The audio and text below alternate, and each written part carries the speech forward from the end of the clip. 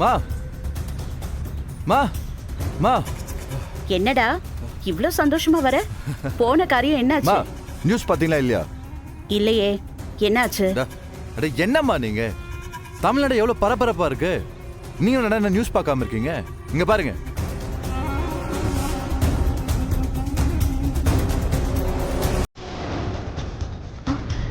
டேய், என்னடா இது?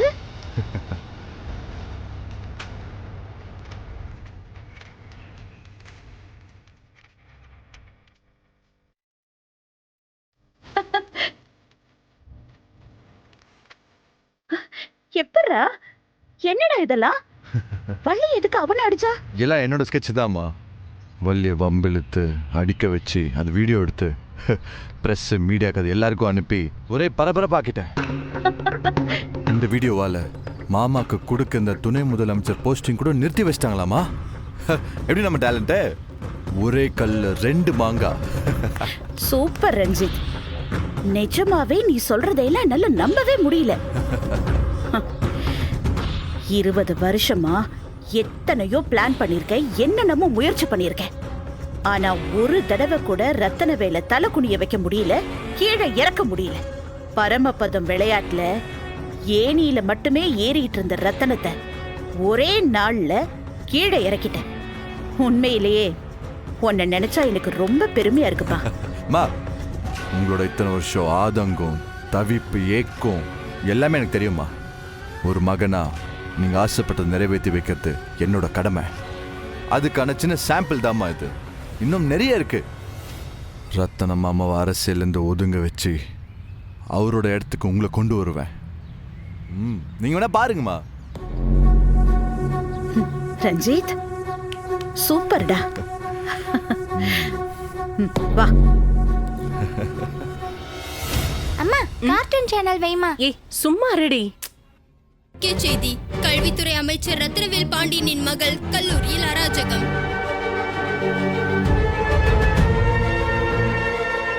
என்னங்க ஏங்க இங்க வாங்கல? என்ன ஏங்க சீக்கிரம் வாங்க. என்னாச்சு சுமதி? நியூஸ் பாருங்க. இன்றைய முக்கிய செய்தி: கல்வித்துறை அமைச்சர் ரத்னவேல் பாண்டியனின் மகள் கல்லூரியில் அராஜகம். என்னங்க இது? நம்ம வள்ளிய பத்தி இப்படி எல்லாம் சொல்றாங்க. மாமாக்கு தெரிஞ்சா இது கெட்ட பேர் ஆயிடுமே. அதான் எனக்கு ஒண்ணுமே புரியல சுமதி. உண்மையிலே வள்ளி அந்த பையனை அடிச்சாளா, இல்ல அண்ணனுக்கு கெட்ட பேர் உண்டாக்கணும்னு எதிர்கட்சிக்காரங்க ஏதாவது போட்ட பிளானான்னு தெரியலையே. ஏங்க செய்தி நேரம் ஊர் முழுக்க பரவி இருக்கோங்க. நீங்க கொஞ்சம் என்ன ஏதுன்னு விசாரிச்சு ஏதாவது செய்ய முடியுமான்னு பாருங்க. இரு சுமதி, வேலைன்னு கேட்டா தெரிஞ்சிடும். அவனுக்கு போன் போட்டு பாக்குறேன். சீக்கிரம் பண்ணுங்க.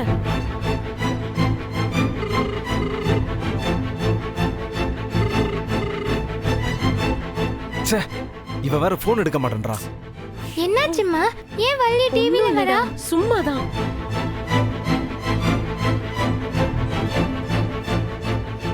அக்கா, நியூஸ் பாத்தியாக்கா? நம்ம வள்ளிய பத்தி என்னென்னமோ சொல்றாங்க. யாரோ ஒரு பையனை அடிச்சிட்டான்னு சொல்லி வன்முறை அது இதுன்னு இஷ்டத்துக்கு பேசுறாங்க. பதட்டப்படாத முத்து, நானும் நியூஸ் பார்த்தேன். என்ன நடந்ததுன்னு தெளிவா தெரியாம நியூஸ்ல சொல்றத மட்டும் வச்சு முடிவு பண்ணிட முடியாது.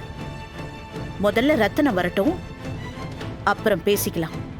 இல்லக்கா, நியூஸ் தமிழ்நாடு ஃபுல்லா பரவிருச்சு.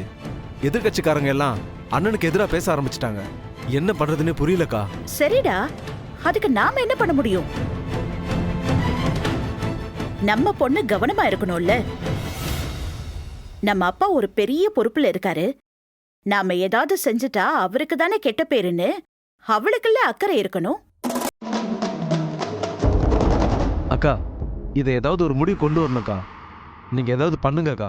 அதான் சொல்றேன்ல, முதல்ல ரத்தனம் வரட்டும். அவன் வந்ததும் பேசிட்டு எதுவா இருந்தாலும் பண்ணலாம். நாமளா ஏதாவது பண்ணி அது ரத்தனத்துக்கு இன்னும் நெருக்கடி ஆயிடக்கூடாது. ஏங்க அண்ணி சொல்றது கரெக்ட் தாங்க. மாமா வந்துட்டோங்க. ஏண்டா போன் பண்ண எடுக்க மாட்டியா? ஐயா மன்னிச்சிருங்க, வண்டி ஓடிட்டு இருந்தேங்க. தம்பி, நடந்த எல்லாத்தையும் நியூஸ்ல பார்த்தேன். நீ கஷ்டப்பட்டு உழைச்சு கொஞ்சம் கொஞ்சமா சேர்த்து வச்ச பேரையும் புகழையும் ஒரே நாள்ல உன் பொண்ணு சரிச்சு விட்டுட்டாளே.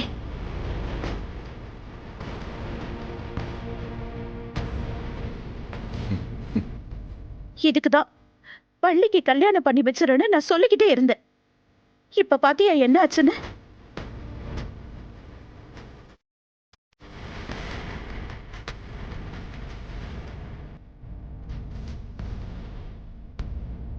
அக்கா விடுக்கா. ச்சே, நான் ஒருத்தி போன காரியம் என்னாச்சுன்னு கேட்காம பிரச்சனைய பத்தியே பேசிட்டு இருக்கேன். ரத்னம் என்ன ஆச்சு?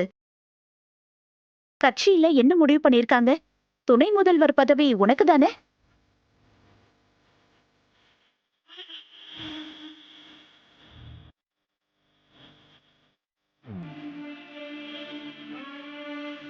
என்னம்மா நீங்க இப்படி கேட்குறீங்க?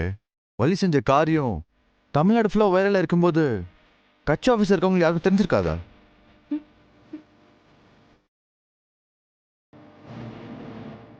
கண்டிப்பா ஏதாவது பிரச்சனை ஆயிருக்கோமா? அதனால மாமா அவரே அப்செட்டா இருக்காரு. டேய், வாய் மூடுறா. என் தம்பி எவ்வளவு பெரிய விஷயங்கள் எல்லாம் பண்ணிருக்கான், எவ்வளவு பேரை வாழ வச்சிருக்கான்.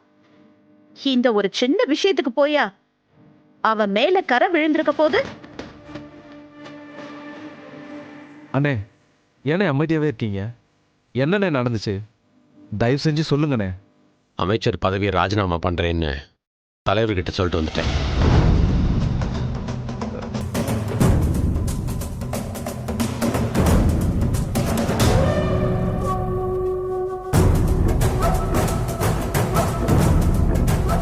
அக்கா, ரத்னம், என்னப்பா சொல்ற? ஆமாக்கா.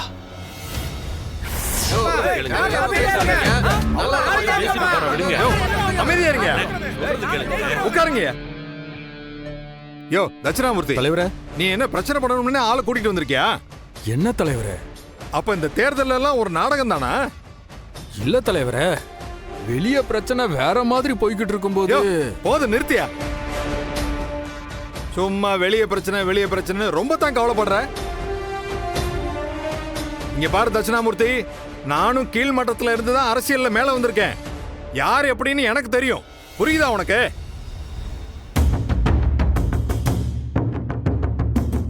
இங்க பாரு ரத்னம், நான் சொல்றதுக்கு ஒண்ணும் இல்ல. உனக்கே என்ன பண்ணணும்னு நல்லா தெரியும். நமக்கு கட்சி தான் குடும்பம், கோவில் எல்லாமே. நம்ம கட்சிய எதுக்காகவும் விட்டு கொடுக்க கூடாது.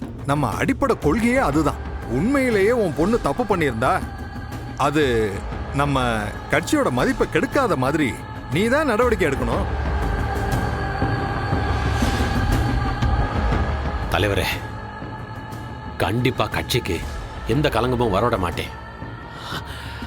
ஆனா என்ன நடந்துச்சுன்னு முழு விவரம் தெரியாம நான் எப்படி பேசுறது? புரியுது ரத்னம், ஆனா எனக்கும் வேற வழி இல்லைல்ல. இந்த பிரச்சனையை முடிக்கிற வரைக்கும் இந்த அறிவிப்பை நிறுத்தி வச்சிடலான்னு நான் நினைக்கிறேன். நீ என்ன சொல்ற?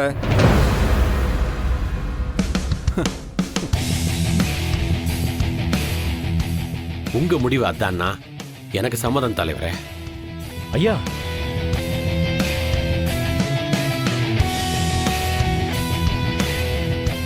சரி ரத்னம், அப்படின்னா ஒன்று பண்ணு. உன் பொண்ணை அந்த காலேஜில் இருந்து ஒரு 10 நாள் சஸ்பெண்ட் பண்ண வச்சுட்டு மீடியா முன்னாடி உன் பொண்ணை கூட்டிட்டு போயிட்டு அந்த பையன்கிட்ட மன்னிப்பு கேட்டு நீயும் மக்கள் கிட்ட ஒரு சின்ன விளக்கத்தை கொடுத்து இந்த பிரச்சனைக்கு ஒரு முற்றுப்புள்ளி வச்சிரு. அதுக்கப்புறம் நம்ம எல்லாம் பேசிக்கலாம். ஐயா, மன்னிப்பா? ஏன் ரத்னம், மன்னிப்பு கேட்க மாட்டியா? ஏன்பா, கட்சிக்காக தானே நம்ம தலைவர் மன்னிப்பு கேட்க சொல்றாரு. நம்ம கட்சிக்காக இதை கூட செய்ய மாட்டியா? இதோ பாரு ரத்னம், இத வளர விடாம உடனே முடிக்கணும்னா நான் சொல்றதுதான் ஒரே வழி. இந்த விஷயத்துல எதிர்கட்சிக்காரங்களை பேச விட்டா அப்புறம் நம்ம அரசியல் பண்றதுக்கு மரியாதை இல்லாம போயிடும். நான் சொல்றத கேளு. நீயும் உன் பொண்ணு மன்னிப்பு கேட்டா இந்த பிரச்சனை ஒரே நாள்ல முடிஞ்சிரும்.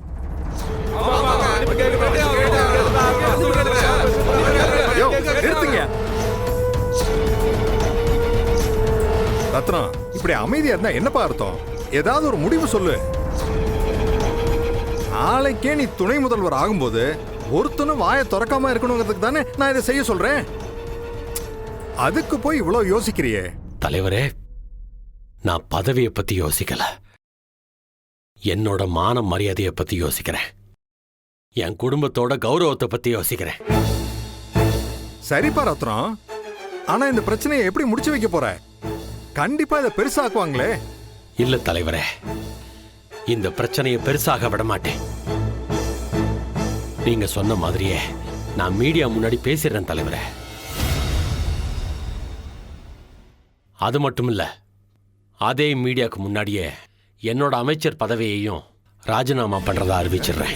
ஐயா என்னங்க ஐயா சொல்றீங்க? அதெல்லாம் ஒன்றும் வேண்டாங்கய்யா. நம்ம என்ன பிரச்சனைன்னு விசாரிக்கலாங்கய்யா, அதுக்கப்புறம் என்ன பண்ணலாம்னு யோசிச்சு முடிவெடுக்கலாங்கய்யா. வேலை என்ன பண்ணணும்னு எனக்கு தெரியும், நீ அமைதியாரு. என்னப்பா ரத்னம் இவ்வளவு அவசரப்படுற? நீ உன் பொண்ணு பிரச்சனையை மட்டும் முடிச்சிட்டு வா, கட்சி உன்னை அப்படியே ஏத்துக்கும். வர வேண்டிய துணை முதல்வர் பதவியும் வந்து சேரும். இல்லைங்க தலைவரே, அது அவ்வளவா நல்லா இருக்காது. எனக்கு பதவியை விட மானம்தான் பெருசு. மானத்துக்காக பதவியை இழக்கலாம், ஆனா பதவிக்காக மானத்தை இழந்துடவே கூடாதுன்னு நினைக்கிறேன். நான் என் குடும்பத்து நபரால கட்சிக்கு ஏற்பட்ட கலங்கத்தை தொடச்சிட்டு உங்ககிட்ட நான் பேசுறேன் தலைவரே. அப்ப நான் கிளம்புறேன் தலைவரே.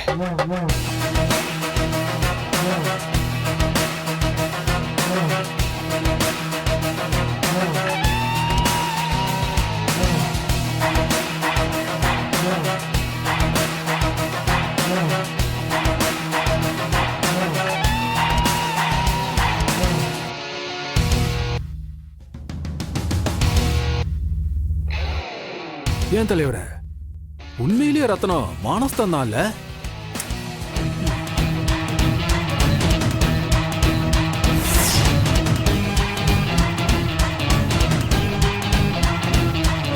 சபாஷ் ரஞ்சித், நீ சொன்னதை செஞ்சுட்ட, சாதிச்சுட்ட. என்ன ரத்னம் சொல்ற? பதவியை ராஜினாமா பண்றேன்னு சொல்லிட்டியா? அப்படி என்ன நெருக்கடி வந்துச்சு? வேணும்னா துணை முதல்வர் பதவியே வேணான்னு சொல்லிருக்கலாமே. நீ எதுக்கு அவசரப்பட்டு பதவியை ராஜினாமா பண்றேன்னு சொன்ன? ஆமாண்ணே, எதுவா இருந்தாலும் மக்கள் கொஞ்ச நாள்ல மறந்துடுவாங்கண்ணே. நான் சொல்றேனேன்னு தப்பா எடுத்துக்காதீங்க, நீங்க கொஞ்சம் பொறுமையா இருந்துக்கலாம்னு தோணுதுண்ணே. முத்து சொல்றதுதான் கரெக்ட் தம்பி, நீ கொஞ்சம் பொறுமையா இருந்திருக்கலாம். ஆமா, எந்த முடிவா இருந்தாலும் என்ன கேட்டு தானே நீ எடுப்ப. இப்ப ஏன்பா இவ்ளோ அவசரப்பட்டுட்ட?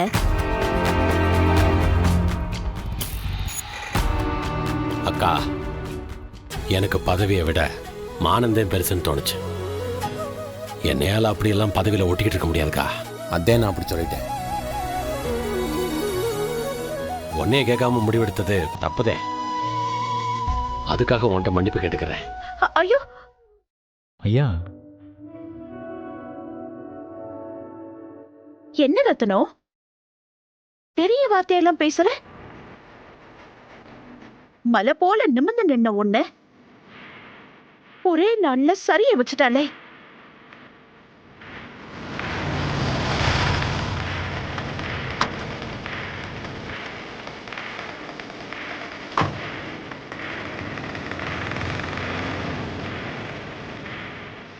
அவ மட்டும் இங்க இருந்தா நான் என்ன பண்ணுவேன்னு தெரியாது.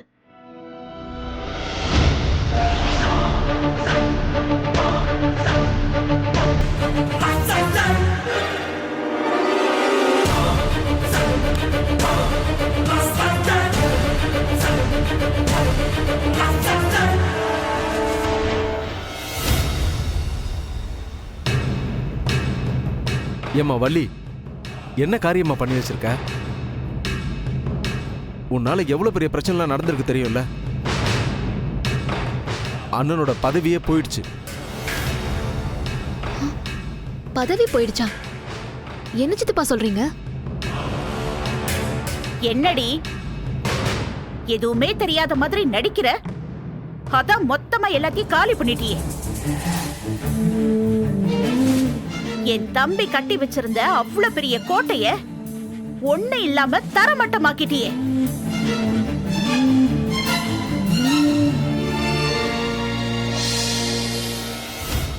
அத்தை, சத்தியமா நீங்க என்ன சொல்றீங்கன்னு எனக்கு புரியல. ஆ, என்ன நடந்துச்சுன்னு கொஞ்சம் தெளிவா சொல்றீங்களா? அடிச்சனா பாரு. என்ன மேடம் ஒண்ணுமே தெரியாத மாதிரி என்ன நடந்துச்சுன்னு கேட்டுட்டே இருக்கீங்க?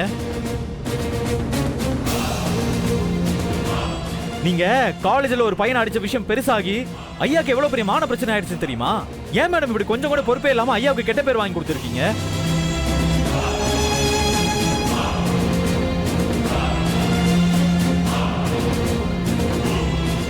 மேடம் ஐயாவுக்கு இருக்கிற பேருக்கும் புகழுக்கும் நீங்க எவ்வளவு கவனமா இருக்கணும்.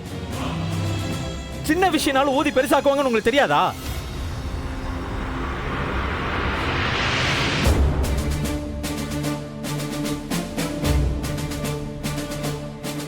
எதுக்கு மேடம் காலேஜ் எல்லாம் போய் சண்டை போட்டு அவர் மானத்தை வாங்கிட்டு இருக்கீங்க? பாருங்க நீங்க பண்ண தப்புக்கெல்லாம் ஐயா தலை குனிஞ்சு நிக்கிறாரு பாருங்க. ஏன் மேடம் இப்படி பண்றீங்க? மேடம் உங்களை பார்த்தா எனக்கு செம கோவம் வருது மேடம்.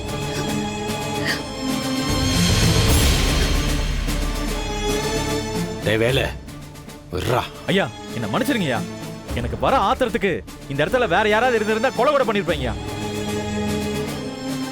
ஆனா உங்க பொண்ணுன்ற ஒரே காரணத்தினாலதான் நான் ஆத்திரத்தை அடக்கிட்டு இருக்கீங்க.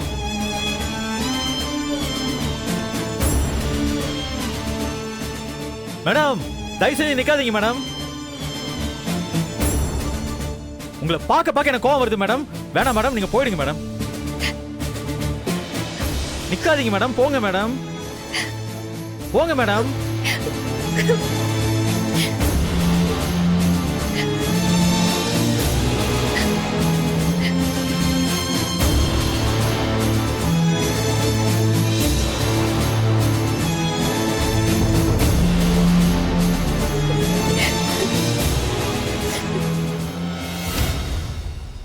மா இவன் என்ன ஓரா பொங்குறான்? இன்னுமா புரியல? காப்பாத்துறாராமா. வேலை நீ ஏன் தேவையில்லாம டென்ஷன் ஆயிட்டு இருக்க? பதவி போகும் வரும், பாத்துக்கலாம் விடு. சரிங்க.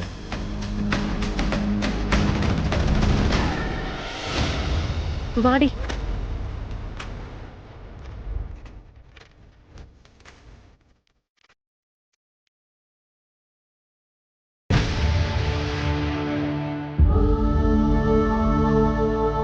சாரி மேடம், என்னை மன்னிச்சிடுங்க.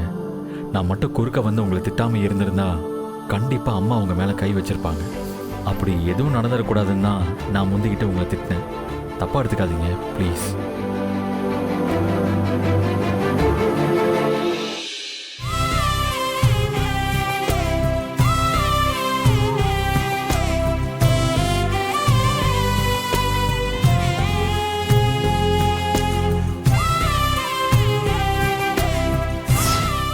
என்னோட அமைச்சர் பதவியையும் ராஜினாமா பண்றதா அறிவிச்சிடுறேன்.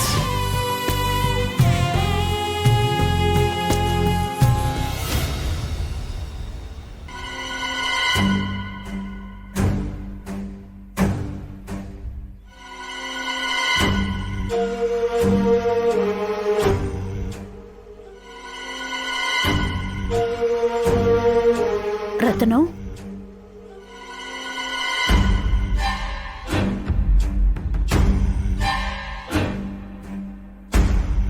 என்னக்கா? ஒண்ணு இல்லப்பா, உன்னை இப்படி பாக்குறதுக்கே என் மனசு கேட்கல. இத்தனை வருஷத்துல முதல் முறையா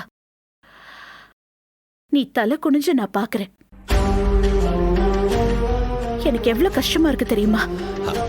விடுக்கா, எல்லாம் நம்ம நேரம். நேரம்லாம் நல்லாதான் இருக்கு, எல்லாம் வள்ளியால வந்தது. கொஞ்சம் கூட பொறுப்பே இல்லாம ஆம்பளை பையன் மாதிரி சண்டை போட்டு ஒருத்தனை அடிச்சு அது நியூஸ்ல வந்து சச்ச நம்ம குடும்பத்து மானத்தையே வாங்கிட்டா. என்னதான் அவளுக்கு படிப்பு வரலன்னாலும் அவளை அப்படியே விட்டுறக்கூடாது. அப்புறம் கல்வித்துறை அமைச்சர் பொண்ணே படிக்கலன்னு ஊரு பேசணும் தான் அவளை காலேஜுக்கே அனுப்பணும். ஆனா அவ உன்னை இப்படி தலை குனிய வச்சிருவான்னு நினைச்சு கூட பாக்கலையே ரத்னம். நீ ஏங்க இப்படி புலம்பிக்கிட்டு இருக்க? நடக்கிறத யாராலையும் மாத்த முடியாது. விடு. எப்படி ரத்தனம் விட முடியும்? நடந்தது என்ன சாதாரண விஷயமா? ராத்திரி பகல்னு பார்க்காம கட்சிக்காக மாடா உழைச்சு உனக்குன்னு ஒரு தனி செல்வாக்க உருவாக்கி ராஜா மாதிரி வாழ்ந்துகிட்டு இருந்தியே. அப்படிப்பட்ட ஒரு சாம்ராஜ்யத்தையே ஒரே நாள்ல அழிச்சு மண்ணோட மண்ணாக்கிட்டாளே. அக்கா, நானே ரொம்ப அப்செட்டா இருக்கேன். மேற்கொண்டு பேசி பேசி என்னை இன்னும் கஷ்டப்படுத்தாத. நீ கஷ்டப்படணும்னு தானே திரும்ப திரும்ப பேசுறதே. அக்கா, எனக்கு கொஞ்சம் தனியா இருக்கணும் போல இருக்குக்கா. நாம அப்புறம் பேசுவோமா? அட கடவுளே, எந்த அளவுக்கு என் தம்பி மனசு காயம் பட்டிருந்தா என் தம்பி இப்படியெல்லாம் பேசுவான்? என்னால இதை இப்படியெல்லாம் விட முடியாது ரத்னம். வள்ளி செஞ்ச தப்புக்கு அவ தண்டனை அனுபவிச்சுதான் ஆகணும். இனிமே அவ காலேஜுக்கும் போக வேணாம், எங்கேயும் போக வேணாம். அடங்கி ஒடுங்கி வீட்லயே இருக்கட்டும். அப்பதான் அவளுக்கு புத்தி வரும்.